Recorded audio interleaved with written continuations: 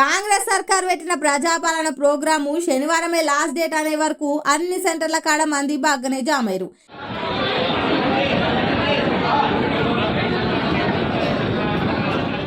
ఇది చాలు చేసినప్పటి సంది లొల్లీలు గట్టిగానే అయినాయి, దరఖాస్తులు గట్టిగానే వచ్చినాయి.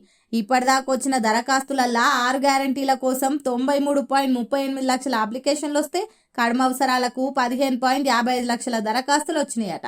ఇక ఇవాళనే లాస్ట్ రోజు కాబట్టి అప్లికేషన్లు గట్టిగానే వస్తుండొచ్చని అధికారులు అంచనా వేస్తారు. ఇక ఈ ముచ్చట ఇట్లుంటే అసలు వచ్చిన అప్లికేషన్లల్లో ఎన్ని మిస్ అవుతాయో, ఎంతమందికి పథకాలు అందుతాయో అని కొందరు పరేషాన్ అయితే, సర్కారు ఇచ్చే పథకాలు మాకు వస్తే మా బతుకులు జరనన్న మారుతాయని 1000 కళ్ళతో ఎదురు చూసేటోళ్ళు ఇంకొందరు ఉన్నారు. ఇక మనం ఎన్ని మాట్లాడుకున్నా వచ్చేదాకా ఏం అంచనా వేయలేమిగా.